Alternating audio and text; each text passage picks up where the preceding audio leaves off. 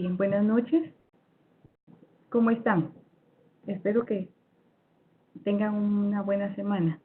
Vamos a continuar retomando un poco los temas de los que vimos la semana pasada. No sé si tuvieron oportunidad de ver la presentación completa de la semana pasada.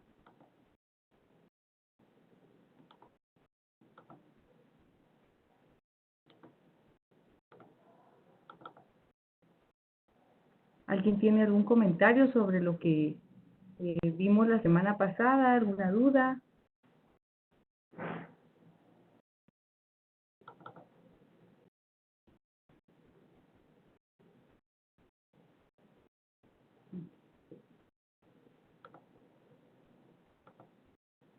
Bien, continuamos entonces.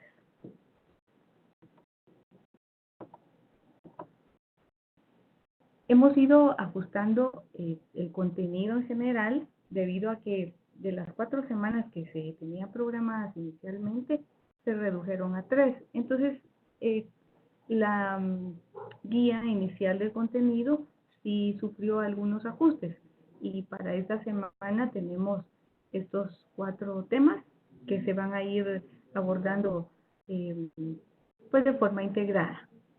La estructura organizativa de la administración pública, este tema dentro del enfoque sistémico que vamos a ir revisando con algunos documentos que ya ustedes tienen en el GES, que vamos a utilizar de consulta y también de base para los trabajos, la tarea y el foro que vamos a trabajar esta semana. La organización y métodos ya dentro de ese enfoque sistémico y la estructura organizativa de la administración pública directamente, y pues ese diseño estructural que ya vemos es cuando vemos ya los esquemas gráficos o los diagramas que nos van dando una idea del orden de la jerarquía y las relaciones dentro de una organización. Bien, como les decía, retomando un poco las definiciones que vimos la semana pasada, de lo general a lo específico que vamos a abordar el día de hoy, podemos observar las definiciones que tenemos como organización y decíamos que nos vamos a centrar ya un poco más respecto al tema de la administración pública en ese sistema de la administración pública. Y entonces recordamos que la definición que teníamos la semana pasada es esta. Efectivamente, el sistema de la administración pública implica procesos dinámicos de toda la organización y su aplicación requiere implementar transformaciones en las organizaciones públicas. Para ello se requiere, por supuesto, de toda una gama de elementos que se van sumando dentro de esa organización, como los mismos métodos, como los mismos diagramas y los esquemas gráficos en los que se representa esa estructura organizacional de las instituciones en la administración pública. Bien, ¿qué tipo de organización hay? De organización en general. Aquí podemos observar, todos hemos tenido experiencias seguramente de haber leído, de haber revisado, de haber trabajado o alguna relación en general con este tipo de organizaciones. Acá podemos observar que están las organizaciones empresariales, por supuesto, las organizaciones gubernamentales, las organizaciones sociales, las organizaciones políticas, las organizaciones académicas, las organizaciones profesionales, las organizaciones técnicas y de diferentes y otros diferentes tipos que se puedan ir sumando.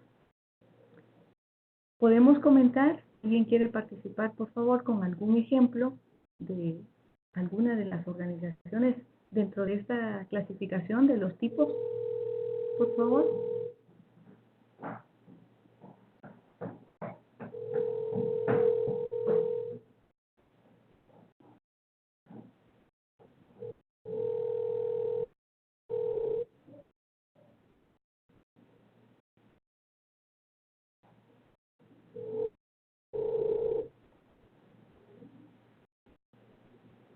¿No?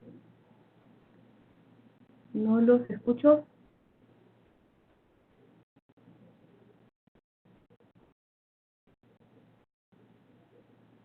Omar,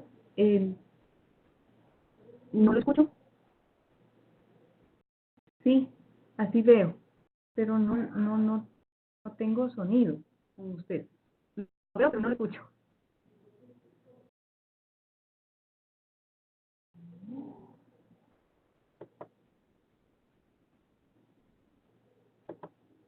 A ver, intentemos ahora. ¿No? No, no lo escucho. No sé qué pasa acá. Déjeme ver.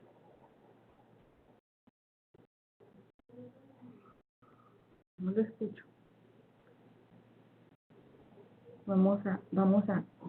Déjeme hacer una consulta.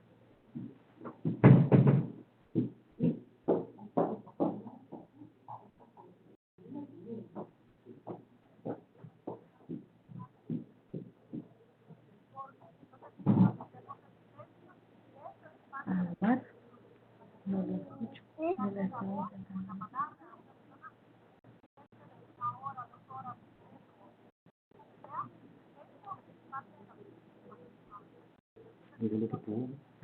Probemos, Omar, por favor.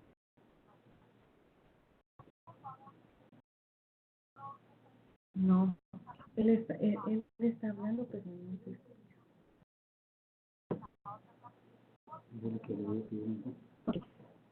El licenciado Mérida le va a escribir, Omar, porque algo pasa y no se escucha. Pero bien, no sé si mientras María Esther o Salomé, si alguien quiere, por favor, algún ejemplo de alguna organización de las que tenemos acá, de los tipos que tenemos acá, mientras escuchamos a Omar.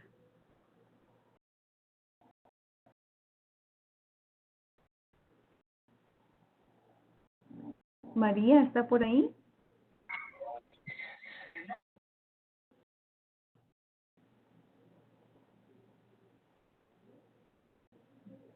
María, creo que a usted sí se le escucha. Si le intentamos de nuevo, por favor. O Salomé.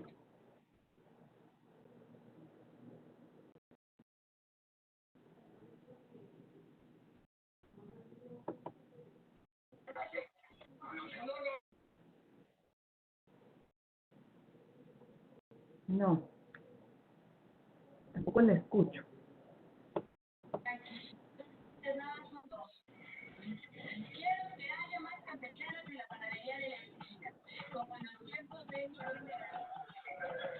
Bien. No sé quién tiene abierto el sonido y se escucha interferencia.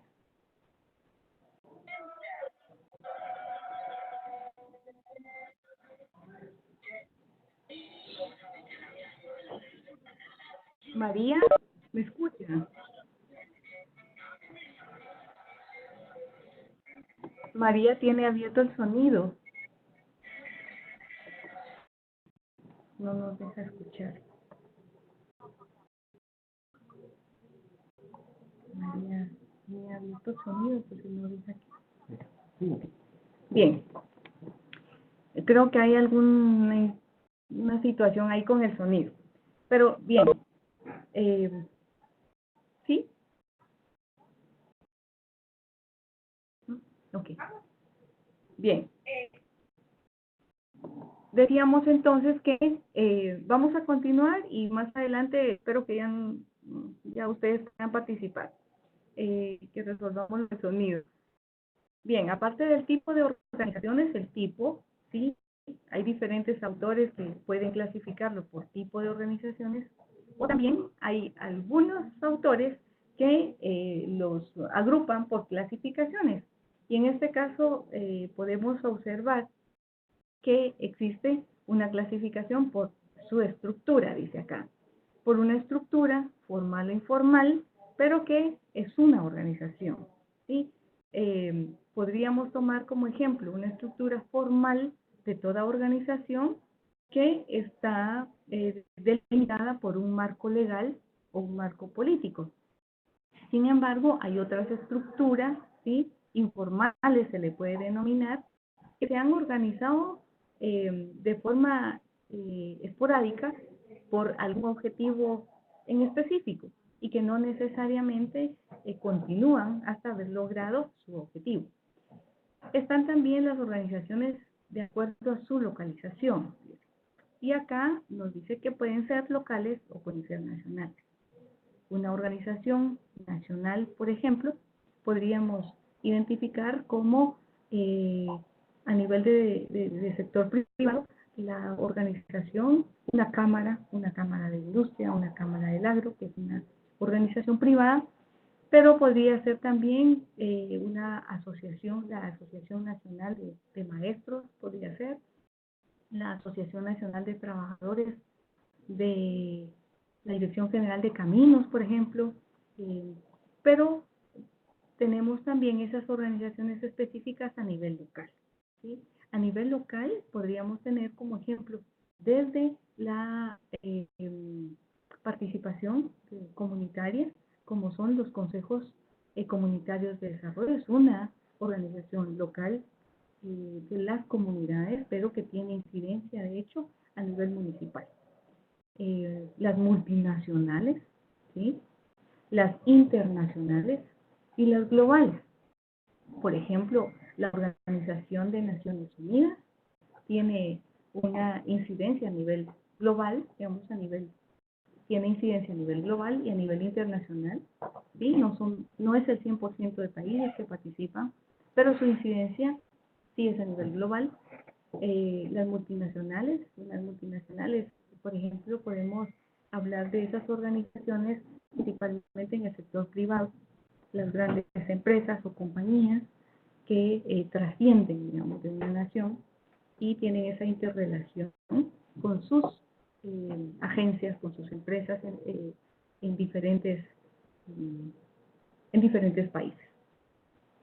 Por su finalidad, aquí podemos observar las organizaciones no gubernamentales que tienen un objetivo específico, puede ser un objetivo social, un objetivo de promoción de algún tema especial, de derechos humanos podría ser, por ejemplo, las empresas de lucro, ¿sí?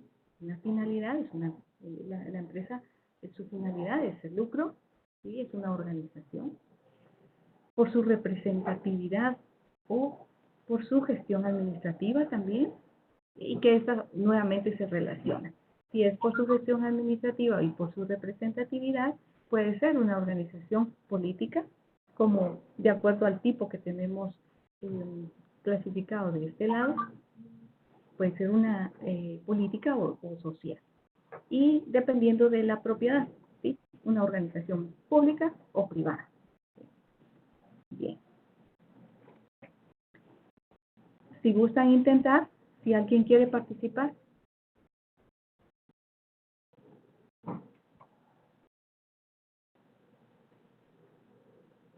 ¿No?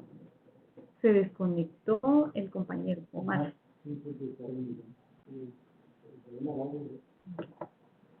Bien. Continuamos. Retomando entonces lo que nos dice el marco teórico conceptual de la administración pública, que se refiere a la función administrativa y de ejecución del Estado y de otros entes públicos con personalidad jurídica, ¿sí? Pero teniendo en cuenta que el sistema de la administración pública implica procesos dinámicos para la funcionalidad de esa organización, es necesario que tengamos en cuenta que se requieren de esos métodos, de esas propias tecnologías y metodologías de investigación para cada organización, de acuerdo a su tipo, de acuerdo a la clasificación en la que se encuentra. Claro que todos estos temas dentro de la administración pública se han ido integrando, se han ido planteando, han sido tema de discusión dentro de los, como parte de las agendas de los tomadores de decisión, debido a que hay una tendencia y hay una propuesta de reformas en la administración pública a nivel internacional. Esto lo vemos principalmente de esos cambios a partir de los años 50 y 60, donde se hablaba de todo un estado de bienestar con el modelo burocrático que se planteaba desde la administración pública, que fue cambiando a un modelo burocrático en los años 70 hasta inicios de los años 90, y luego entra una nueva propuesta, un nuevo tema, digámoslo así, que se abordaba primero desde el sector privado y luego se fue acuñando como una tendencia dentro de la administración pública, que fue la nueva gerencia pública.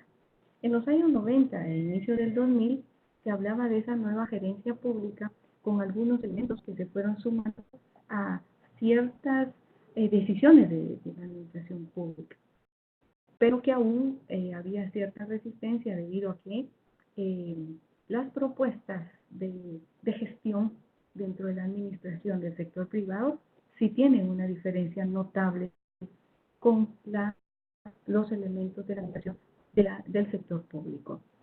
Recordemos que la finalidad de la gestión de la administración privada es obtener lucro, mientras que el objetivo primordial de la administración pública es mejorar las condiciones de vida de la población del país, ¿sí? Entonces ahí hay una diferencia importante, por lo tanto, los postulados, las propuestas que tenía la nueva gerencia pública no necesariamente eran acordes, digamos, a esa estructura, a esa organización existente dentro de la administración pública. Pero se fueron acuñando acuñando el tema y ajustando algunos elementos. Luego, a partir de la conferencia de París en el año 2005, toda esta propuesta de reforma en la administración pública viene, por supuesto, de los organismos internacionales. Y en París, en el 2005, las organizaciones de Naciones Unidas especializadas en el desarrollo económico plantean una integración de temas que se denomina la aplicación de la AAA, que es la armonización de los planes, las políticas de Estado de los diferentes estados, principalmente de los países en desarrollo, y mejor dicho, con los proyectos impulsados por la cooperación internacional, en busca de que tanto lo que planteaban los gobiernos como lo que buscaban los organismos internacionales o las agencias de cooperación fuesen buscando un mismo objetivo, y no trabajar de forma aislada, sino integrar, digamos, ese trabajo y hacerlo en conjunto para lograr realmente algunos cambios y mejorar las condiciones de vida de la población. En el 2008 se vuelve a replantear esta armonización, esta apropiación de estos grandes temas que planteaban Naciones Unidas, y se le propone a los estados hacer todo un proceso de reestructuración, de reorganización, de reingeniería dentro de las instituciones de la administración pública. Y empezamos ya en el 2002, en el caso de Guatemala, a hablar de la gestión orientada a resultados. Todo este tema de la gestión orientada a resultados de desarrollo también deriva de esos procesos que impulsan los organismos internacionales, principalmente en los países en vías de desarrollo. Y claro, ya ahora se está planteando una nueva tendencia, que ya en algunos países se agotó el tema de la gestión orientada a resultados y se empieza a hablar de esa gestión por impacto. Se lograron los resultados y ahora evaluar qué impacto han causado esos resultados que fueron establecidos, que fueron implementados, y si las metas establecidas en esos resultados se lograron o no. Esa es la tendencia que estamos observando a nivel internacional. Bien, traigo acá estos elementos, ¿sí? ¿Cómo está organizada la estructura de la administración pública en Guatemala? Bueno, todos sabemos que hay tres poderes, ¿sí? El poder legislativo, el poder ejecutivo y el poder judicial. Cada uno de estos poderes es un organismo por sí mismo, tiene su propia dinámica, tiene su propio sistema, pero no pueden funcionar de forma aislada. Deben funcionar de forma integral. Y es acá donde empezamos a ver cómo ese enfoque sistémico de procesos integrados debe ser funcional y es aplicable a la administración pública, ¿sí?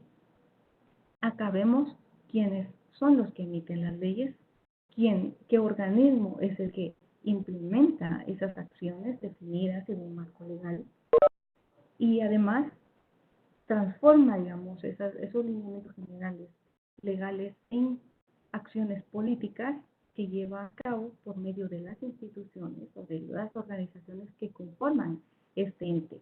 Pero también está la otra parte que evalúa, que revisa, que exige, digamos, de alguna manera que se lleve a cabo lo que se está planteando desde el organismo legislativo por medio del organismo ejecutivo.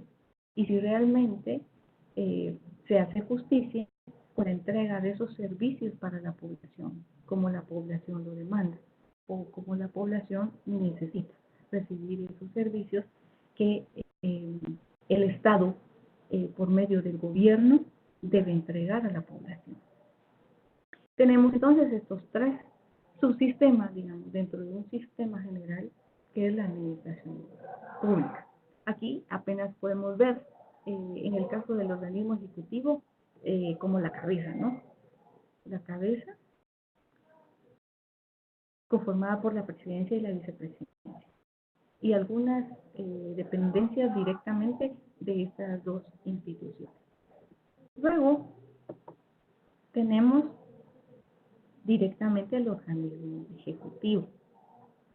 Ustedes pueden observar, revisar el organigrama del sector público y cómo en los últimos 20 años se ha explosionado, ¿sí? La cantidad de dependencias que se han creado y que en muchos casos, al revisar los mandatos específicos de cada una, podemos ver que hay duplicidad de funciones. Sí, pero bueno, esto lo vamos a revisar más adelante. Pero en cuanto a la organización y la estructura, inicialmente, digamos, como está planteada la Constitución Política de la República, es una estructura jerárquica, ¿sí?, definida por la cabeza, que es el presidente de la República, ¿sí?, el que preside el organismo ejecutivo, y los ministros de Estado. Pero acá, como pueden ver, lo que inmediatamente aparece después de la vicepresidencia no son los ministros de Estado, sino esa serie de secretarías que se han creado. Algunas secretarías que tienen el estatus de ministerio, otras secretarías que son dependencia directamente de la vicepresidencia y otras secretarías que son coordinadoras. Al final, la función de las secretarías en algunos casos se ha tergiversado porque vienen a duplicar, digamos, la función principal de un ministerio de Estado. Tal es el caso, podríamos poner como ejemplo, de la Secretaría de Seguridad Alimentaria y Nutricional, la SESAN. De acuerdo a su mandato, lo que indica es que es una secretaría que coordina, ¿sí?, que coordina a las instituciones relacionadas con el tema de la seguridad alimentaria. Hay un Plan Nacional de Seguridad Alimentaria y quien debe velar por la implementación de esa, es una política, la Política Nacional de Seguridad Alimentaria, y quien debe velar por la implementación de esa política es la Secretaría, ¿sí? Pero ahí entra a una confusión en el caso de algunas secretarías que son entes rectores. Podemos mencionar la Secretaría Presidencial de la Mujer. Es otra secretaría que tiene a su cargo la implementación, la coordinación y seguimiento de la implementación de la Política Nacional de Desarrollo Integral de las Mujeres. Sin embargo, en algunos casos, cuando alguna autoridad llega con una idea distinta, ya sea por desconocimiento o con la intención de llevar a cabo otras acciones a nivel institucional, no se limita y no se centra en implementar lo que corresponde por mandato a la institución, sino que puede hacer cualquier actividad que no necesariamente hace cumplir con su mandato, ¿sí? Y ahí vemos entonces o duplicidad de acciones o acciones que no necesariamente están dentro del contexto del quehacer de la institución. Por eso es importante tener en cuenta en primera instancia, y recordemos que en el sector público, ¿sí?, en las instituciones de la administración pública, todo funcionario, todo servidor público puede hacer únicamente lo que le permite la ley, ¿sí?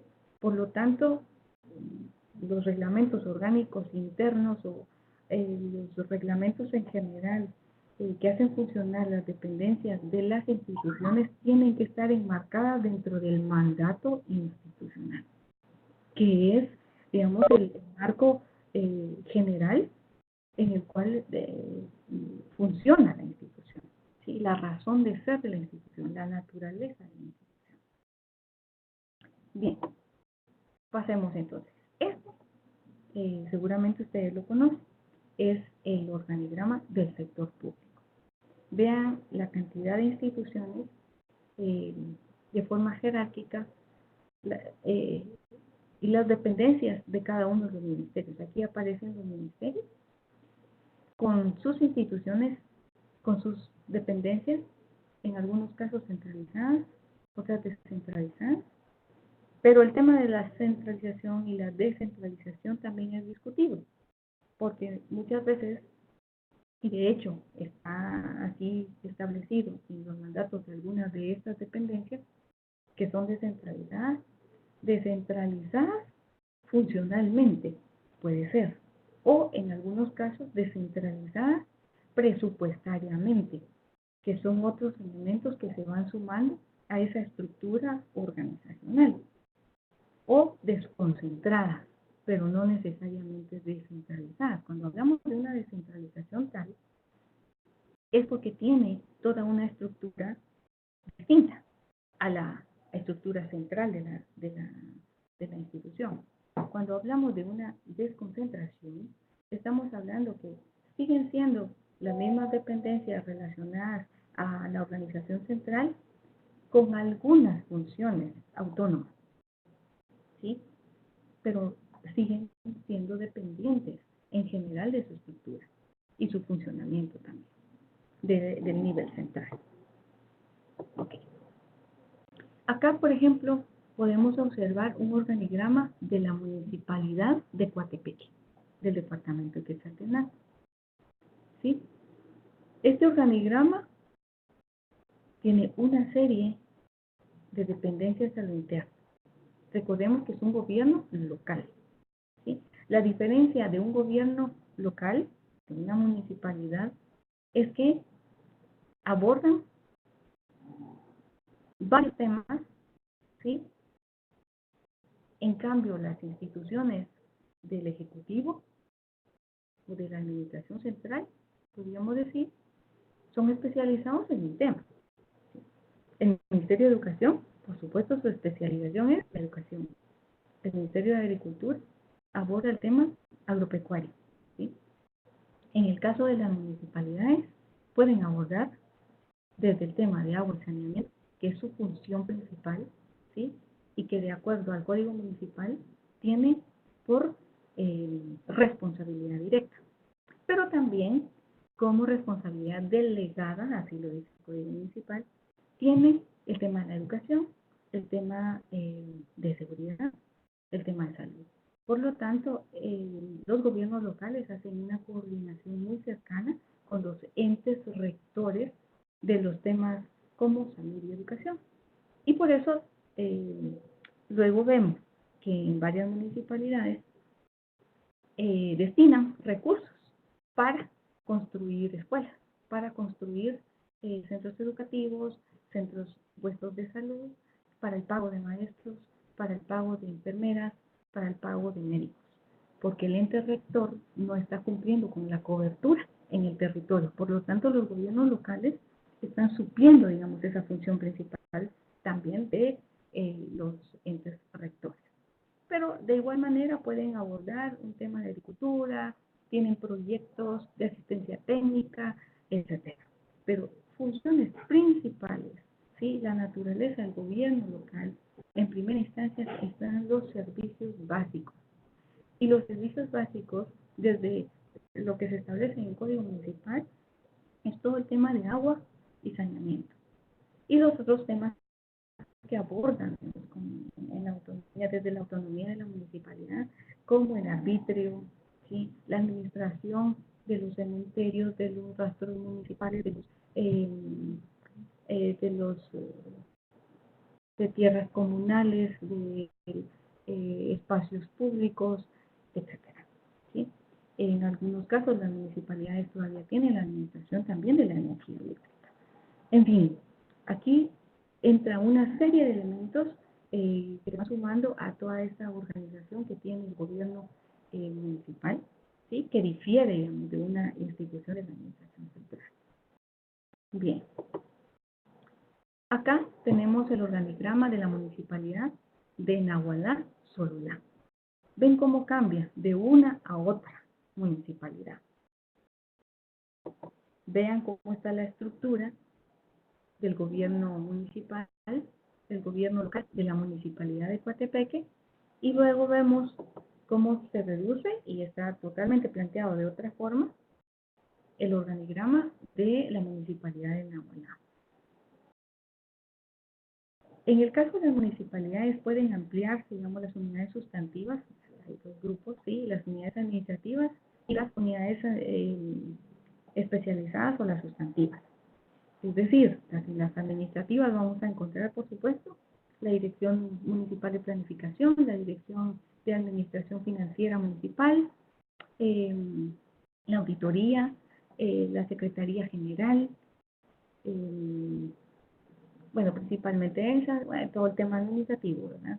Pero en las sustantivas o en las unidades especializadas vamos a encontrar a la Unidad de Gestión Ambiental, por ejemplo, ¿sí? A la Dirección Municipal de la Mujer,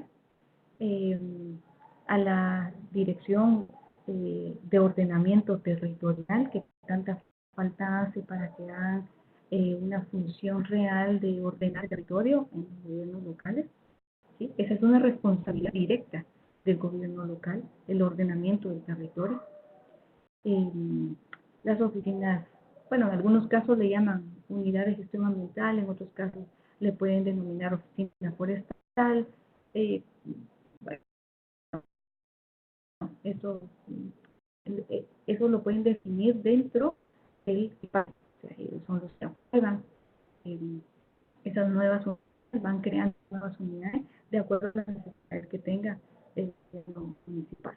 Pero sí, hay la diferencia. O sea, con esto quiero que nos concentremos en cómo una figura, un diagrama gráfico, me puede indicar cuál es ese relacionamiento de las unidades dentro de ese sistema, dentro de esa organización, y cómo pueden funcionar.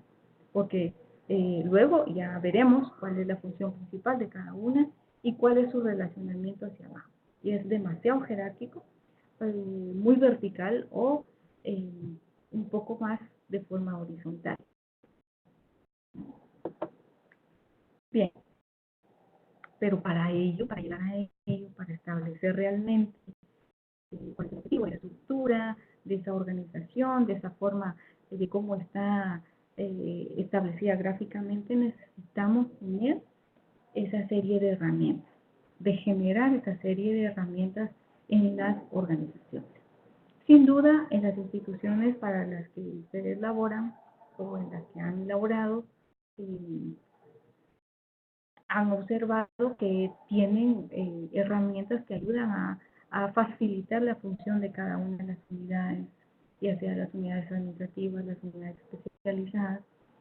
Es decir, que nos ayudan a facilitar el trabajo, independientemente de que hoy esté una persona en el puesto y mañana venga otra persona, estas herramientas deberían facilitar la misma información, ¿sí? Para que quien opere las actividades desde esa función lo pueda hacer sin ningún problema. Pero no necesariamente en la actualidad las instituciones de la administración pública cuentan con todas esas herramientas. Acá la definición nos dice que esas herramientas entonces son instrumentos técnicos y políticos que establecen un modelo de gestión de una organización, que brindan los lineamientos estratégicos para las acciones que, de acuerdo a las competencias, las autoridades deben dirigir por medio de una estructura conformada por personas, por recursos materiales, procedimientos, funciones, operaciones que permitan alcanzar los objetivos o resultados que se ha trazado la organización. ¿Sí? Bien, ¿por qué instrumentos técnicos y políticos? ¿Alguien quisiera comentar por qué decimos que son instrumentos técnicos y también políticos?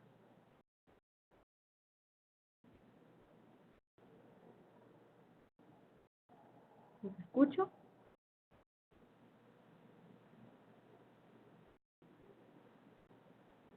¿No? Ok. Decimos que son técnicos porque con el ejemplo que les había planteado de cómo hacer que una actividad sea práctica y que independientemente de quién opere desde esa actividad, lo pueda realizar de forma fácil, con una información clara, que nos establezca los pasos de cómo realizarla. Tenemos varios instrumentos técnicos, ¿sí? Esto va, el objetivo de esos instrumentos va directamente para los equipos a nivel técnico, porque no le podemos dejar un manual de cada una de las acciones que se lleven a cabo a un tomador de decisiones, porque esas sí ya son decisiones a nivel político. Claro que hay un contexto, por supuesto, en el cual se rige esas decisiones a nivel político, pero entonces ahí vemos cuáles son esos instrumentos políticos. Recordemos que en Guatemala esos instrumentos políticos que nos dan los lineamientos generales de la política pública, por ejemplo, son precisamente las políticas públicas que existen en Guatemala. Todos conocemos o hemos escuchado sin duda sobre el Plan Nacional de Desarrollo. Y el Plan Nacional de Desarrollo es el lineamiento político general para toda la administración pública y es más, no solo para la administración pública, ¿sí? Los otros sectores deben tomar en cuenta esos lineamientos generales. Recordemos que está planteado para el 2032 y los temas, los grandes ejes que tiene este Plan Nacional de Desarrollo está ligado con los sectores, con los diferentes sectores que operan en el país. Los sectores privados, los sectores académicos. Y recordemos que acá la clasificación y el tipo de organizaciones nos decía que habían públicos, privados, etc. Y esa es parte, toda esa dinámica es parte de ese enfoque sistémico que debe tener la organización y la administración pública. Bien. Acá podemos mencionar, ¿sí? Como ejemplo, cada país puede determinar o definir de diferente manera cuáles van a ser esas herramientas. En Sudamérica, los países, varios países tienen estos elementos, utilizan estos elementos, ¿sí? Como herramientas la administración pública y lo clasifican como la administración pública nacional, la administración pública estatal o estatal y la administración pública municipal. Son los tres niveles en los que utilizan las herramientas, porque las herramientas a nivel nacional son distintas, digamos, a las que utiliza cada uno de los estados. No difiere 100%, ¿sí? Pero tienen elementos aplicables a la delimitación del territorio y a la función también de cada una de las instituciones representadas en el territorio.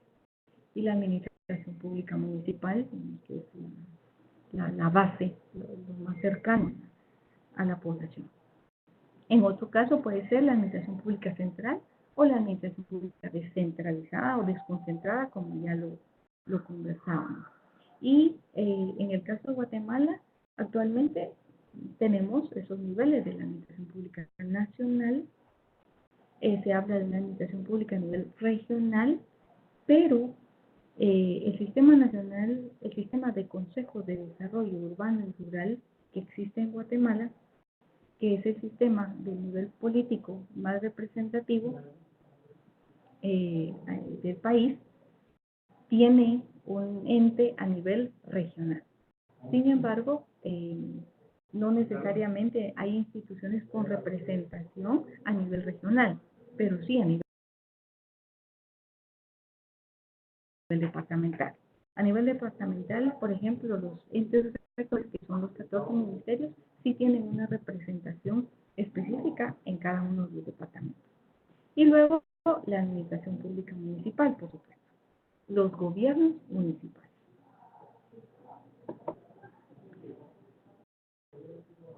Bien, tenemos acá también que las herramientas pueden estar dentro del ámbito legal. Dentro del ámbito legal podemos ver que está la Constitución Política de la República, que es la base para la gestión pública en general, los mandatos institucionales, las leyes específicas de cada una de las instituciones, el derecho administrativo de forma general a toda la administración pública.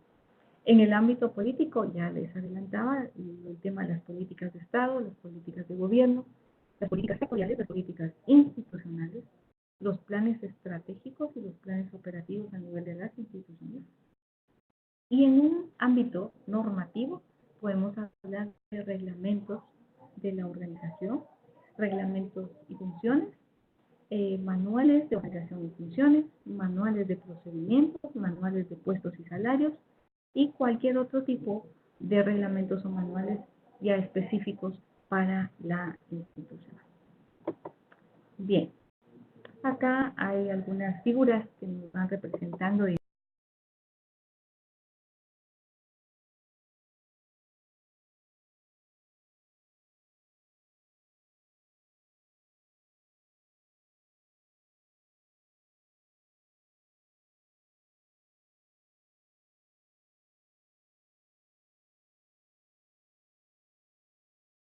esa integración, las estructuras, qué elementos deben ir tomando en cuenta, y luego de ver un enfoque sistémico, también se puede hablar de macroprocesos, pero no vamos a hablar en ellos, sino directamente en los procesos que requiere, digamos, la función de cada una de esas organizaciones, que ustedes pueden ir leyendo un poco más a detalle, y tienen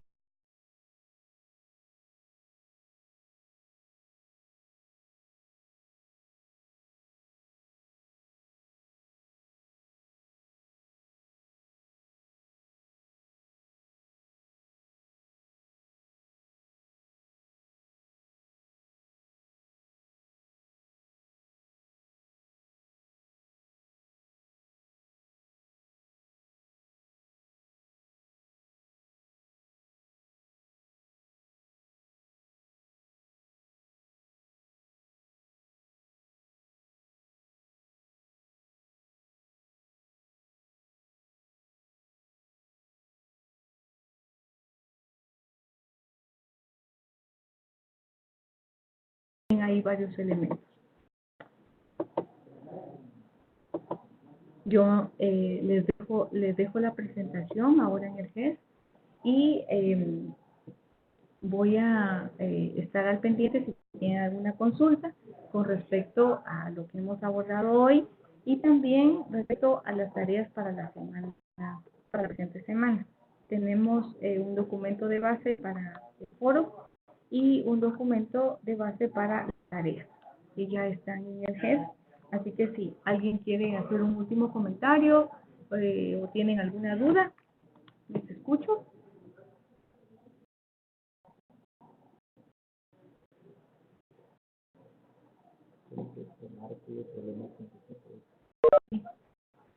Ahora se contó, ¿no? Bueno, y si no, de igual manera estoy en el chat. Cualquier duda me pueden escribir o al correo, a la dirección de correo electrónico. Estamos en comunicación. Yo les agradezco su atención y nos vemos la próxima semana. Que tengan feliz